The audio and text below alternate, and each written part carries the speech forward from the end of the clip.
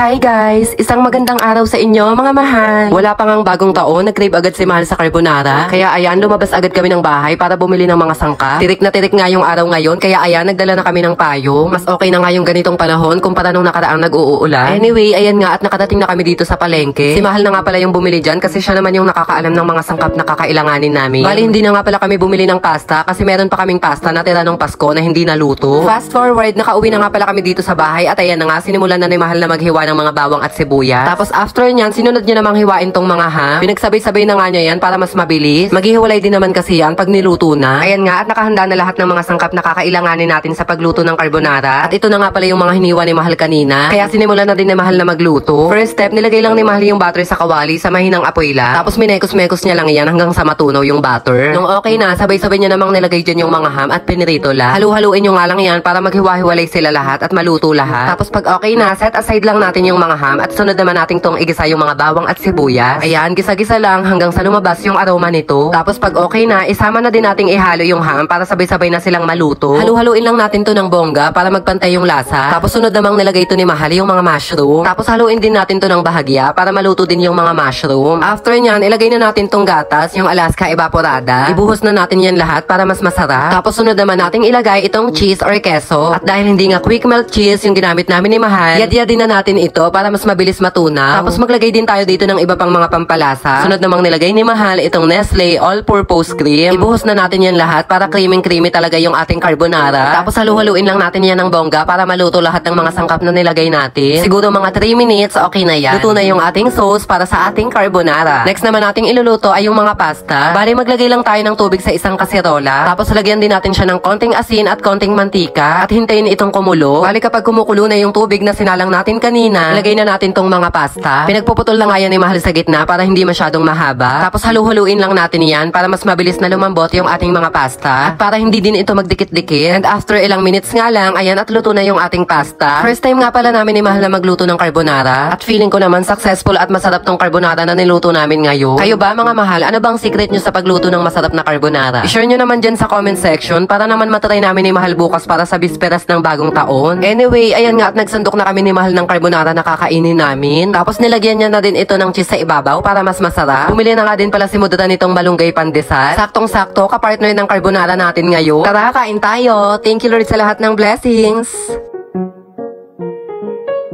Maraming salamat nga pala sa mga sumusuporta sa mga mini vlogs namin ni Mahal. Simula pa noong August 2023 nung mag-start kami ni Mahal na mag-vlog. At alam namin ni Mahal kung sino-sino kayo. Ito na nga pala yung last vlog namin ni Mahal ngayong taon. At sana sa darating na ngayong 2024 ay patuloy nyo pa rin kaming suportahan ni Mahal sa mga mini vlogs namin. Hindi man ganun ka-perfect pero ipapangako namin sa inyo na palagi namin i-share sa inyo yung simple at masayang buhay namin ni Mahal. At sana sa darating na bagong taon 2024 ay mas lumago pa tayong lahat at marami pang blessings ang dumating sa atin. I love you all, mga mahal ko. Walang magbabago ha. Ako pa rin to ang inyong masikip at mainhin na plain housewife. And yun lang muna for today's video. See you on my next vlog guys. Paki-comment naman kung taga saan kayo para alam namin kung saan umabot ng video na to. Maraming salamat sa inyong panonood. God bless.